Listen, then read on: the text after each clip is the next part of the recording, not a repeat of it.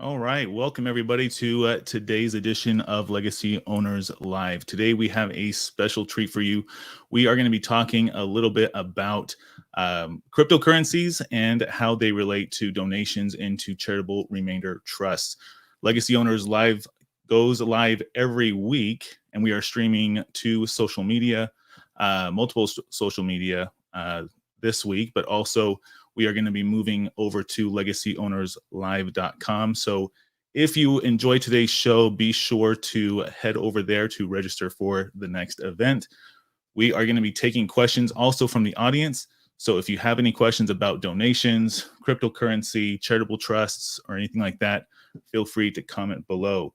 But we actually do have a couple of guests with us today. Melody Durfee, who is the CEO and president of Legacy Global, and also Cale Hamblin, who is our marketing professional as well. Hello, everyone.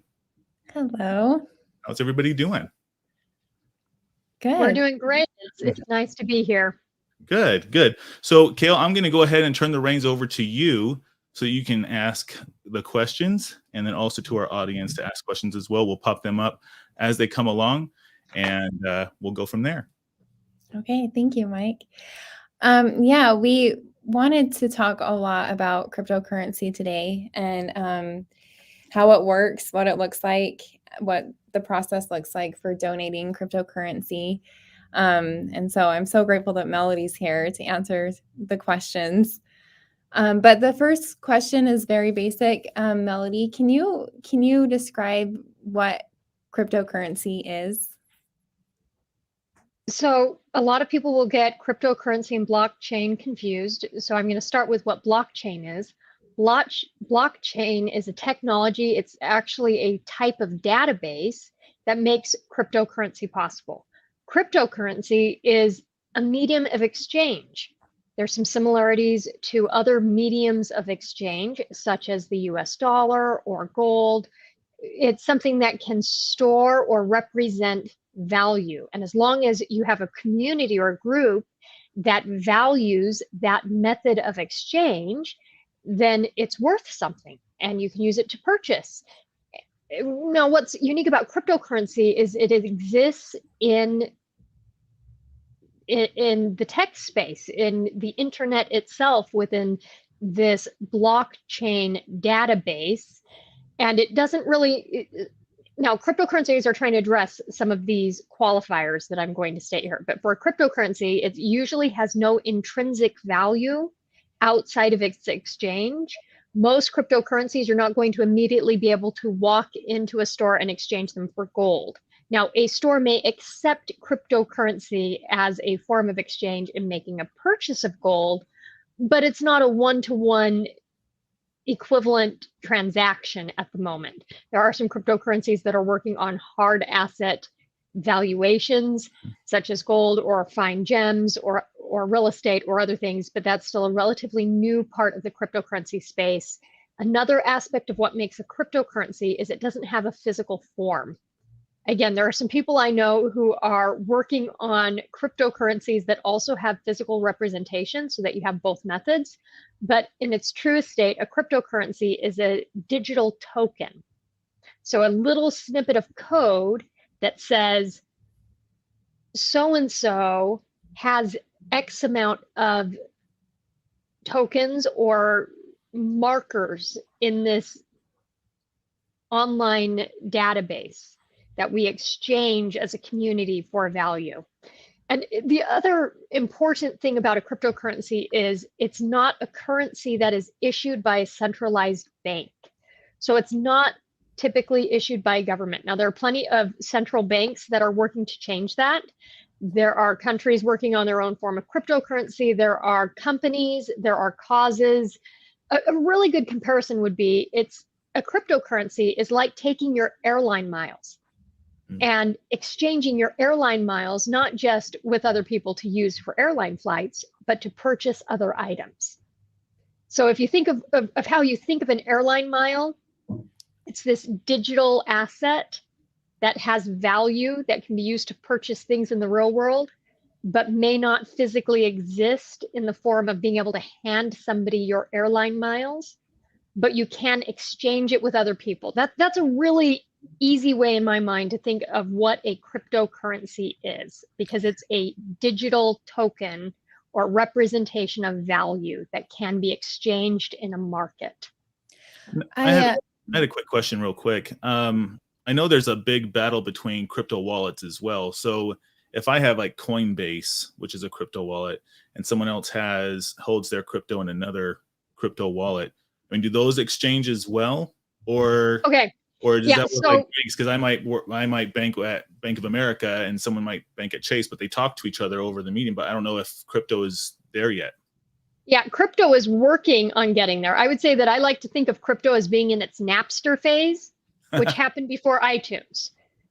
Napster was a downloading music service for those like we are, to remember what Napster. But Napster was the Wild West where we're still figuring out the rules before the very evolved marketplace of digital music streaming that we have now. Cryptocurrency is still figuring out what it is and how it works. Now with wallets, a wallet is essentially the account that you hold your crypto in.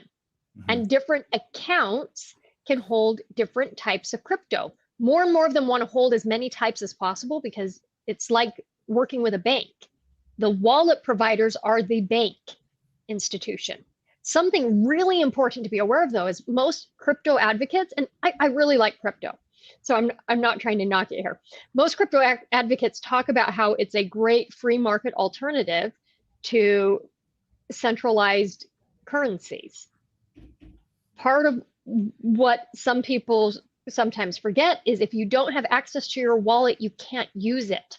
Binance was a world leader in offering wallets, and just recently had several countries shut down access to all people in those countries to their wallets.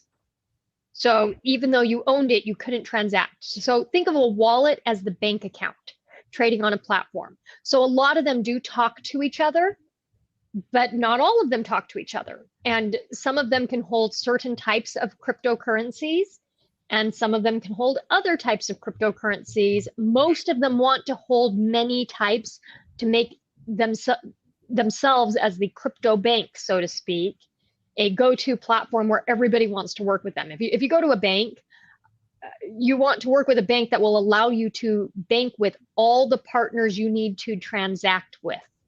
Right. But not all banks can handle, say, international transactions very well. So crypto's still figuring out what that means. It's important to recognize you need a wallet or an account to hold it, and you need to be able to send it between anybody that you're transacting with. Okay. I read somewhere that the difference between cryptocurrency and blockchain is it's like you're walking into a casino, and cryptocurrency is the coins that you can use because you exchanged your cash for the coins. And then the blockchain is the casino building. Is that a good kind of, because you can't use those coins anywhere else outside of that building? Oh, so are they? So I would say that the casino is more of like the crypto wallet. You can only hold them there. That's what that sounds like. But the blockchain is what would. I don't know if you guys can hear me, but my connection is. Okay, we can hear you. We can still see you really well. But we. Often... Oh, good. I missed most of that. I'm sorry. Okay. My connection just dropped. Do you want me to repeat it or no? Yes, please. I'm sorry. Okay. So I was going to say, I read somewhere that the difference between cryptocurrency and blockchain is, say that you walk into a casino building and you exchange your cash for the coins for the, and so cryptocurrency are the coins, and the blockchain is the casino building, because once you leave that building, you can't use the coins anywhere else. Is that a good comparison? That is, but I will state that part of what people in the crypto space are trying to solve is being able to have those coins leave that casino, so to speak. So right. With crypto, it exists as this token, this digital token on the blockchain. So what we can't get rid of is the fact that it's a digital currency. And even though I know a few people that are working on physical representations tied to a digital currency, it still is transacting in the digital space. So it's not very likely that we're going to see it leap out into the physical world. But what they are trying to do is make sure that you can interact with other casinos using that analogy. So Okay. even though the casino tokens you're not going to go to the gas station with, if you can take those to another casino and they'll honor it, or even if you take them to the gas station knows that they can take those tokens back to the casino and get cash, then we've increased the arena in which those tokens are useful. At the end of the day, blockchain is a type of database, and it stores things in ledgers. So it's decentralized. There's not one single place where all the data is. All of the users in the system store the database and pieces of that data. So it's very good for making sure that the data is correct. Part of why people advocate for it is because there's not just one copy. If you're going to commit fraud on a blockchain, you can't just go in and edit one master copy. You have to simultaneously edit many copies all around the world distributed, because they're verifying each other.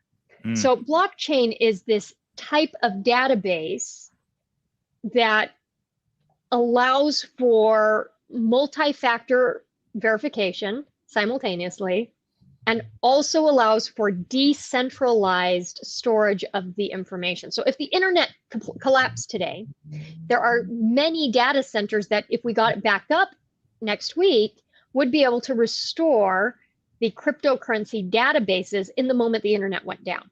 So there's some really good backup there, because it's not one place. You can't just go attack one storage facility and destroy all the records. You would have to take out records around the world, or you'd have to change it. So it's a type of technology. Blockchain is the database type. Cryptocurrencies are many different types of exchange methods using a blockchain database. So in the casino analogy, it would be the fact that the casino may be one massive casino. Let's pretend Las Vegas is just one giant casino, and at every stop within Las Vegas, every different hotel, you use a different token. But you can interchange them with each other. But the token at Bally's, say, may be valued differently than the token at Paris or any other casino within that group. But they're all casino tokens, and they can exchange with each other within that network or that framework. Very cool. Okay. So do you think that it's safe to use cryptocurrency? Do you feel safe using it? I feel safe using that, but it depends on what you mean by safe. Again, you can have access to your wallet cut off. That's something that we haven't fully addressed. Even though people say that blockchain can't be hacked, that's not quite true. There's quite a few prominent instances where people misplaced the key, which is how you get into your wallet or your account. They've misplaced that digital code, and they've been locked out of their own accounts, and they can't touch it. So there's a lot of risk, so to speak. There's also a lot of volatility right now. We're figuring out what this space is. Right. So, Bitcoin is one of the most commonly known cryptocurrencies. It's one of many, many, many. But Bitcoin's value has jumped drastically. So while I'm comfortable transacting in that and using it, it might not be for everyone. And I'm just going to put out there, I know I've been answering questions on this. I'm coming from a very layperson understanding of crypto and blockchain. I am not a programmer or a techie. So my answers are more geared towards the layperson than getting into the actual engineering of how all this works. Right. I think it's a great space. I think, going back to my earlier analogy of it being Napster before iTunes, there were a lot of things that didn't work with Napster and music streaming and downloading. They went away. But what stayed was the fact that it was a great way to share and listen to music. Yeah. I really think crypto's the same way. It's here to stay. There's value in it.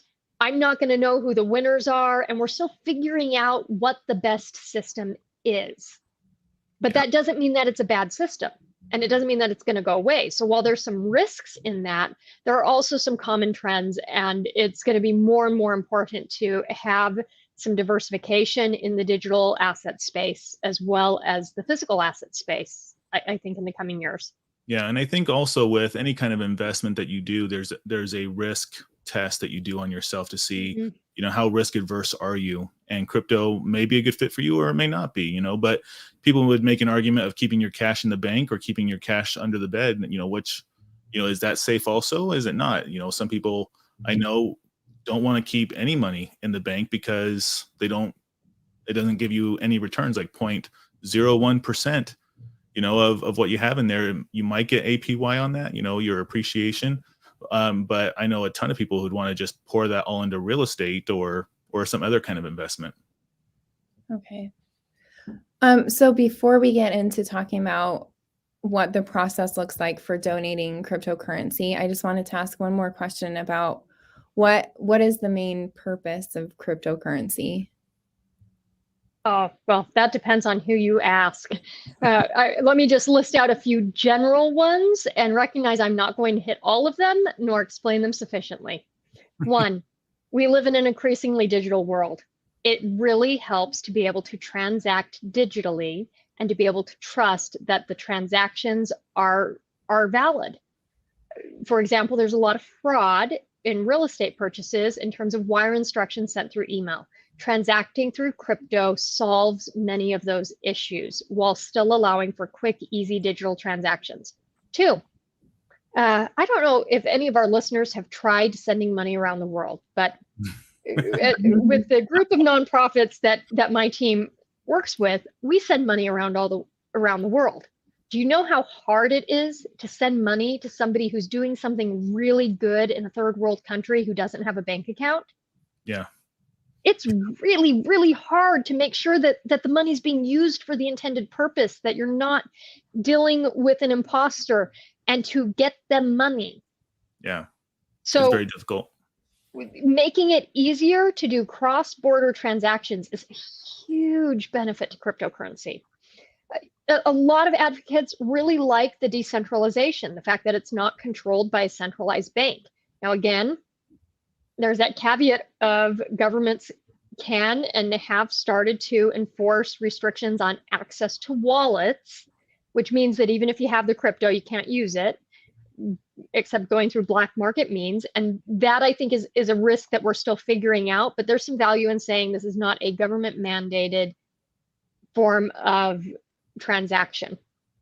Now, tied to that, though, is some taxation. Governments have figured out there's a lot of value in money in crypto. Now they're trying to tax it. They're still not sure what the rules are, but they know what they want the rules to be. And let me think, are the politicians going to enact rules that generate more tax revenue and benefits for them and their constituents, or less tax revenue in favor of the individual owners of those assets? And more for them. I don't care. Yeah, I don't care what political side you're on. Generally speaking, the trend is increased tax revenues. So the tax, regardless of how you phrase it as a tax decrease, because that's often how those tax increases are marketed. Mm-hmm. Again, regardless of political affiliation, government in general tends to increase government revenues above private party property rights. So crypto is a good attempt at dealing with that, but we don't quite know what all of the regulation is going to be. And that's part of where hopefully in the next couple of years, we'll see it graduate into the iTunes space where we know what the rules are. And then we can solve for some of those problems. I want to keep moving, so I could list off other reasons why cryptocurrency is here to stay. Well, Let's keep the conversation going. Yeah, I think that's also a good leeway into why so many people are looking at donations with cryptocurrency is to offset those taxes. Yes. Yeah. So the next questions are how does that look? How does the process look for donating cryptocurrency for the donors and on our side? Can it go into DAFs, program funds, CRTs? Can you kind of talk a little bit about that? Okay. You just listed off a whole group of acronyms. It's only an So hour let's show. parse those out. So just in general, there are more and more charities that are starting to accept crypto donations. Most charities still don't, but there's a growing number, so they're easier to find a charity that you can donate cryptocurrency assets or digital tokens to. That being said, and speaking from experience, most cryptocurrency wallet providers do not currently have the means of allowing a nonprofit, public 501c3 or private, but a nonprofit 501c3 to create an account, because these wallet providers have to supply the government with information on who they're providing accounts for and how those accounts are being taxed. These are not, they may not give the details of what's in the account, but they do have to say, we know who the account holders are as an exchange. And so we have found it's surprisingly difficult as a nonprofit to get a nonprofit wallet. And so most nonprofits are operating using either personal or business wallets, which isn't the worst thing, but there's a nuance in the legality and the ownership and the deductions with that. Most charities aren't going to take cryptocurrency. Some will. I know our group does on multiple fronts. We have several different wallets. I email my team every couple of weeks saying, get us a new wallet on this platform so that we can do this transaction. That's a lot of fun. Yeah, but at the end of the day, here's what the process is.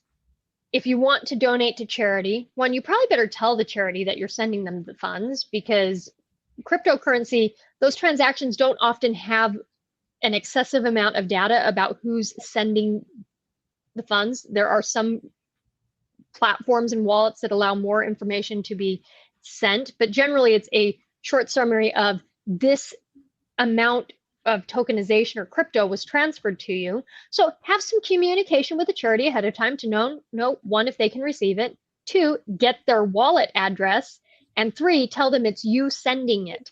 Because for you to get a deduction, which is sometimes handy if you're making a charitable donation, you want the charity to be able to send you a receipt.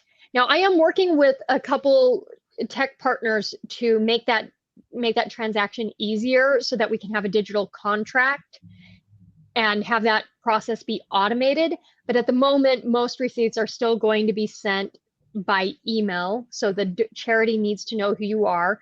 Legally speaking, if a charity receives a donation above a certain dollar amount or anything of significance, they have to tell the IRS that they received that, and they have to know who the donor is. So you can't just make anonymous contributions to a charity. You can make contributions that are anonymous to everyone outside of the charity, but the charity has to do enough due diligence to know that they're not taking money laundering funds or they're not working with terrorists. So you do have to tell the charity who you are. Another piece in that, and let's go to those acronyms, DAF is short for Donor Advised Fund. That would be similar to having your own subsidiary fund account with an umbrella charity. You can definitely make crypto donations to a DAF or Donor Advised Fund. Not all DAF providers are currently able to take that. I know our group can. We can talk later about what that means, but it's perfectly legal and compliant to be able to make donations of crypto to a Donor Advised Fund or DAF. Same works for what we call internally program funds, but is in essence fiscal sponsorship. So that's similar to a donor advised fund, but with some nuances. There's nobody with an advisory right, and rather it's an operating charitable program with the intentions of spinning off and gaining independent charitable status from the IRS. You can absolutely donate crypto to a program fund or a fiscal sponsorship as long as the sponsor organization is able to receive it. Similarly, you can donate to independent operating charities. You can donate to a split interest gift, which is what a CRT is. CRT is not critical race theory in this context. It's charitable remainder trust. Let's be very clear. Our acronyms have now developed more meanings than they had a short while ago. That's also known as a CRUT, but that's a split interest gift is where you make a partial charitable donation, but you keep retention of something. Usually it's going to be income off of that asset. Sometimes you can gift the income to the charity and keep the residue. So there's a lot of variations to what a split interest gift is, but a charitable remainder trust, or CRT, is a type of split interest gift where you can make a donation, you can receive a deduction, you can have assets grow within these accounts without triggering capital gains. And with a split interest gift or a charitable remainder trust, you can usually retain the right to lifetime income off of that. Because one of the issues with cryptocurrencies, and I know I'm just continuing to give a very long answer here, but one of the issues is now the IRS in particular has noticed there's a lot of value in crypto. There's going to continue to be value. Where they see value, they see potential tax revenue. Most people think income is a good thing. Technically, income is not necessarily a good thing. Income is a taxable event. Similarly, if you liquidate your crypto holdings, you've triggered capital gains. And the IRS has a rather interesting position at the moment. They want to treat crypto as an alternative asset for deduction purposes, but they want to treat it as cash for taxation purposes. So we kind of have the worst of both worlds, but there's some really awesome things we can do to solve those problems. A lot of it means that at the end of the day, there's no world where you get to avoid the tax and keep all the money, but you can choose whether or not you're going to pay some of the taxes or whether you're going to direct a portion to charity using one of any number of charitable vehicles to offset the taxes. Right. With a CRT, with a charitable remainder trust, it's you have to come to a choice. Are you just going to give it away to the government, or are you going to give it to a charitable vehicle where you have some kind of involvement with, and great things about charitable trusts is, charitable remainder trusts, charitable lead trust. There's a whole bunch of different types of those kind of entities, those split interest gifts. But I'm just kind of curious also, and Kel, you might ask this question also, but in relation to cryptocurrency coming into a CRT, with real estate, I mean, there's appraisals, there's the hiring a realtor, selling off the property, all that kind of stuff. And so I'm just kind of curious of, if I have a lot in a crypto wallet and I'm wanting to offset the taxes or bypass capital gains or whatever, what kind of deduction is there? Is it with a split interest gift, is it 100%? Is it 20%? Is it, what kind of deduction would there be with a charitable trust? Well, I'm just going to say, like everything, it varies by situation. Generally speaking, a good rule of thumb is you're probably going to get about a third deduction on what you're donating. Now, what you also get, though, and this is what's important because it applies to crypto, it applies to real estate, it applies to appreciated public securities, it applies to privately held business interests, it applies to artwork, which really we don't want artwork in a charitable remainder trust, but it applies to any gift. If you make the gift before you liquidate or sell the asset, you're getting a deduction on a higher value because you haven't triggered capital gains tax yet. Right. Once the donation is made, now the charity is selling the appreciated asset. Now, let's see. What is the capital gains tax rate for a charity? Is 0. Yes. So even though the deduction is only a third, we've also completely gotten rid of all of the capital gains tax owed on that donated portion. So if we had, say, $1 million worth of Bitcoin, because I'm going to use dollars at the moment because that's how traditionally most charitable remainder trusts have been funded. Let's say we have $1 million worth of Bitcoin that is donated prior to any liquidation. Now there's roughly a $333,000 deduction, and we don't take a 25% or more cut on paying capital gains when we liquidate. So instead of having $750,000 to invest or diversify or liquidate and take income off of, we still have $1 million that we're drawing income off of. And we can either keep the crypto, because hey, if we made the money in crypto, maybe we really like that. You're talking about the charity keeping the crypto. Yeah, the charity can keep the crypto. So we could either keep that because say it's Bitcoin, and we think Bitcoin's valued low right now and going to rise by another $15,000 a coin in the next 2 months. We're going to keep the Bitcoin, and even the increased gains after the donation are not taxed at the capital gains purpose. Or if we sell all or a portion of the crypto, we can roll it over into other assets. We can diversify, which is a really nice hedging bet if you want to stop playing the market, so to speak. And this applies to any asset class.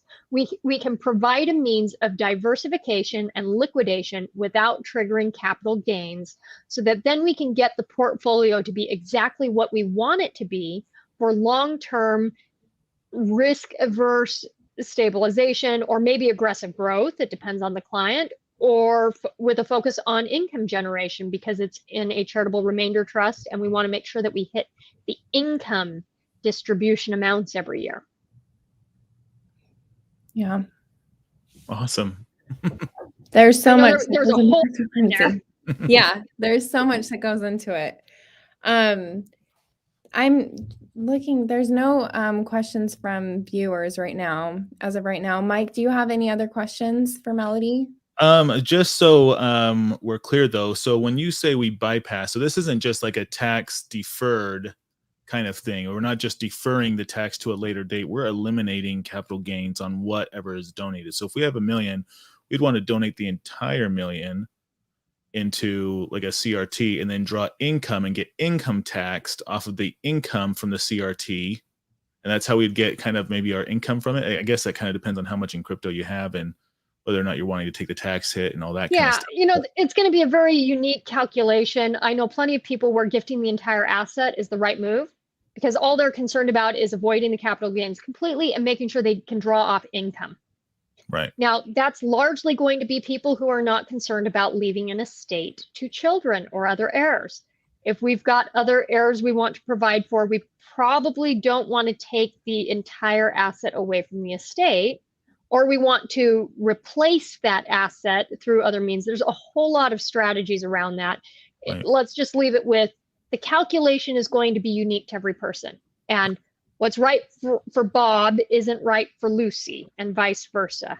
So we're going to look at the entire financial scope of what they've got going on, what their goals are, what they're dealing with, what their concerns or risk tolerances are, to say this is the right number or the right amount or the right vehicle, because charitable remainder trusts are not the right vehicle for everyone. So we can do a combination. If they're giving to a donor advised fund, frankly, the deductions are higher there because they don't have that income right. So sometimes that's a better vehicle for certain people, where a higher deduction is needed to offset the fact that they're going to keep more of the money privately outside. So being aware that it's not an all or nothing, we can split this up into different chunks. We can do the same thing with any asset. We can say we're going to gift 33.4% of whatever we're gifting, whether it's an LLC or S Corp assets or real estate or the stock portfolio. We can divide it up a rather large number of ways. We can do conservation easements on the family cabin while the family still keeps the cabin. Right.